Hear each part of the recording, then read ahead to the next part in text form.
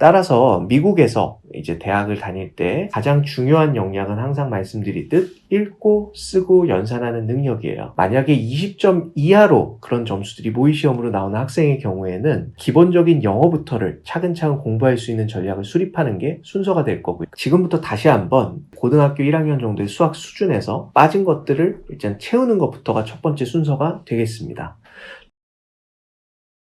안녕하세요. 이준효 원장입니다. 이제 수능이 끝나고 점수가 슬슬 나오는 시기가 된 것 같아요. 그래서 이 점수들 가지고 과연 미국 대학 입시에 각 케이스별로 어떻게 적용하면 현명한지 그 부분 가지고 한번 이야기 나눠보면 어떨까 해요. 물론 이제 이 상태에서 다 정답은 아닙니다. 왜냐하면 이 상황 플러스 다면평가 체제이기 때문에 친구들이 어떤 디테일들과 어떤 점수들이 있느냐에 따라서 또 결정할 수 있는 포인트들이 많이 달라지긴 하니까요. 우리가 참고하는 용도로만 한번 이야기 나눈 걸로 하고 추가로 본인의 케이스에 알맞는 것들은 반드시 한 번쯤은 저희한테 한번 의뢰를 해주셔서 상담 받는 것들을 좀 권해드릴게요. 그래서 오늘은 좀 재미삼아 얘기하는 거니까 상, 중, 하로 나눠서 한번 이야기 나눠볼게요. 그래서 상은 1, 2등급, 중은 3, 4등급, 하는 그 이하라고 한번 생각해보고 준비하는 방안들에 대해 이야기 나눠보도록 하겠습니다. 그래서 첫 번째 순서로 상 등급에 있는 학생들이 어떻게 미국 유학하는 게 적합한지 한번 이야기 나눠볼게요. 상등급이라 하면 보통은 1, 2등급을 수능에서 이제 나왔던 학생들을 한번 일컫는 것이라고 할 수 있는데요. 수능을 잘 본 학생들은 또 두 가지 갈래로 나뉘는 것 같아요. 일반계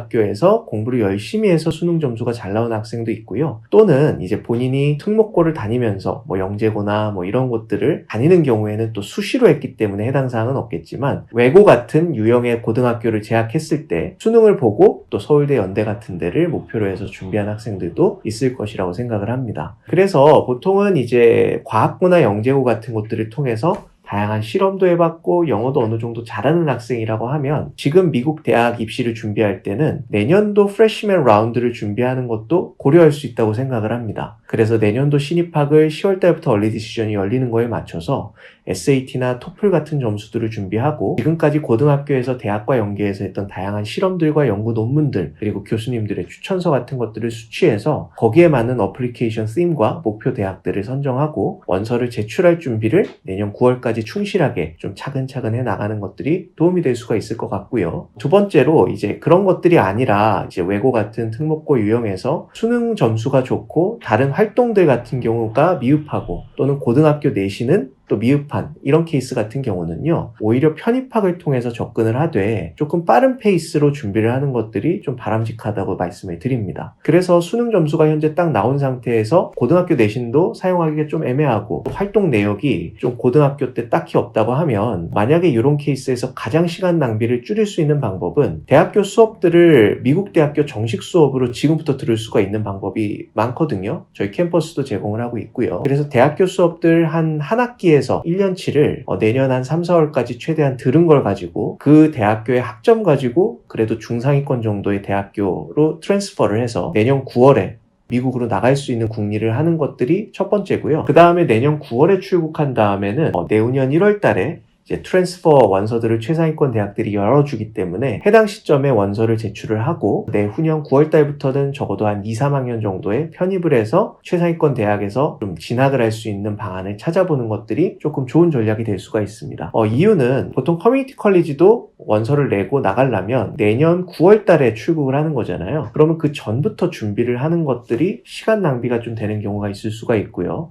특히 이제 편입학을 최상위권으로 하기 원할 때 엑스트라 커리큘러 액티비티라 해서 대외 활동을 적어도 1년 반 이상 했던 이력들을 원하는 경우가 상당히 많은데 특히 최상위권 대학들은 2, 3학년 이후에 편입하는 거를 별로 선호하지 않는 이유가 우리 학교에서 핵심 코어 커리큘럼들을 다 좀 들었으면 좋겠는 마음들이 커서 그렇거든요. 따라서 이 친구들 같으면 이제 보통 1학년을 다닌 상태에서 2학년 편입을 하는 것들이 바람직한 경우가 많기 때문에 내년 12월까지 원서를 준비할 때 ECA 준비 또는 그 해당 학과에서 원하는 프리렉들, 최종 편입할 대학에서 원하는 학과가 정해졌을 때 사전에 선이수하기를 원하는 과목들을 좀 이수해야 되는 문제들도 우리가 염두를 해야 되기 때문에 현 시점부터 아예 최상위권 대학 입시를 확정했다면 그 아예 대학교 수업도 듣고 ECA도 준비하고 촘촘하게 로드맵을 짜서 내년 12월 달까지 원서 준비를 완성해서 최상위권 대학에 편입학 원서를 낼 수 있게끔 네, 이렇게 차근차근 준비를 지금부터 하는 게 바람직하다고 볼 수가 있겠습니다. 네, 그래서 두 번째로 살펴볼 부분은요, 이제 중위권에 있는 학생들이죠. 따라서 3등급에서 4등급 사이에 지금 머무는 학생들을 어떻게 접근하냐의 문제가 될 수 있어요. 보통 이제 제 경험상 3, 4등급 정도의 수능 점수가 나오는 학생들 같은 경우에는 어느 정도 공부를 하는 데 있어서 배경 지식들은 있으나 최상위권의 점수들을 내는 데 있어서는 디테일한 부분들이 좀 모자라거나 아니면 가장 기본적인 역량들이 되는 부분에서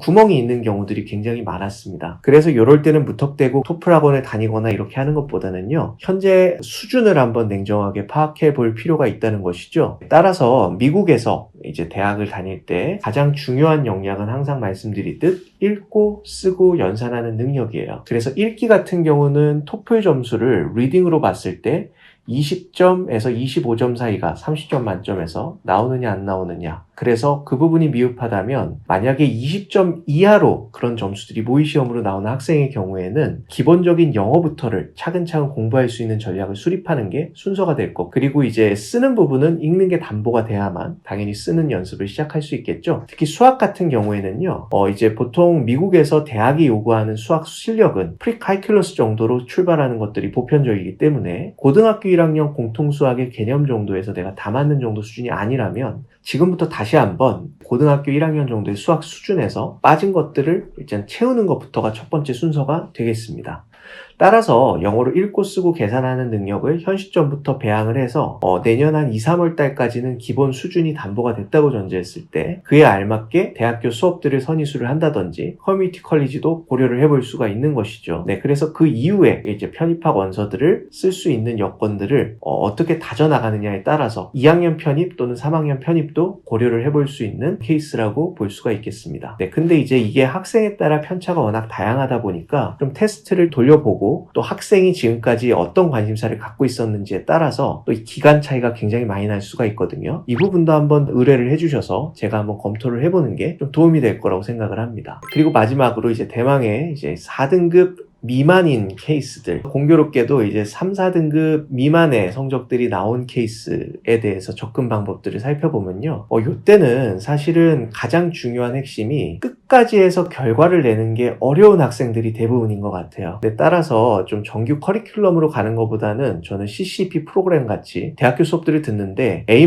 이상의 성적이 안 나오면 무조건 재수강을 해서 다시 이제 보완하는 훈련을 통해서 A-까지를 찍는 경험을 한다든지, 네, 이런 식으로 안 되는 것들을 원인 파악을 하고 될 때까지 점수를 내는 경험을 해서 점수가 나올 때까지 좀 육안으로 확인하는 것들을 좀 할 수 있는 훈련이 반드시 담보되어야만 미국에서 공부를 하는데 장애가 없을 거라고 생각을 합니다. 방금 이제 말씀드렸던 3, 4등급 학생들과 마찬가지로 읽고 쓰고 연산하는 능력에 있어서 현재 있는 평가를 좀 해보는 것들이 필요하고요. 거기에 맞춰서 단계적으로 이제 학습 계획을 수립을 한 다음에 그에 알맞는 영어와 수학 공부들을 기초부터 공부를 하는 것들 반드시 한 3, 4개월 정도를 하는 것들이 필요했었고요. 그것들이 이제 담보가 된 다음부터 빠르게 가는 학생 같은 경우는 3, 4등급 학생들과 그렇게 다르진 않았습니다. 하지만 가장 중요한 것들은 4등급 미만인 경우에는 한 번의 성공을 완벽하게 해서 점수를 내는 경험을 적어도 2, 3번 이상은 한 다음에 정규적인 이제 편입학 프로세스를 거치든 입시 프로세스를 시작하는 게 바람직하지 않았나라고 생각을 하는 것이죠. 네, 따라서 이제 이런 부분에 있어서 기초를 잘 다지는 것들이 일단은 중요해서 기초를 4개월, 5개월 이내에 최대한 준비할 수 있는 보관을 수립을 하고 그것들이 확보가 됐을 때 빠르게 입시를 준비할 수 있도록 도움을 주는 게 필요한 케이스들이었습니다. 네, 오늘 이제 재미삼아 이렇게 상중하 케이스에서 어떻게 접근을 하는 것들이 좋은지에 대해서 이야기 나눠봤는데요. 이것들은 그냥 보편화되어 있는 이야기들이기 때문에 각 학생들별로 케이스가 굉장히 다르거든요. 그래서 한 번에 한해서는 로드맵을 제가 무상으로 짜드리는 세션을 제공해드리고 있으니까 저희 캠퍼스 통해서 본인의 사례들을 좀 보내주셔서 같이 한번 검토를 하는 시간을 가져보는 것을 권장드리도록 하겠습니다. 오늘 경청해 주셔서 감사합니다.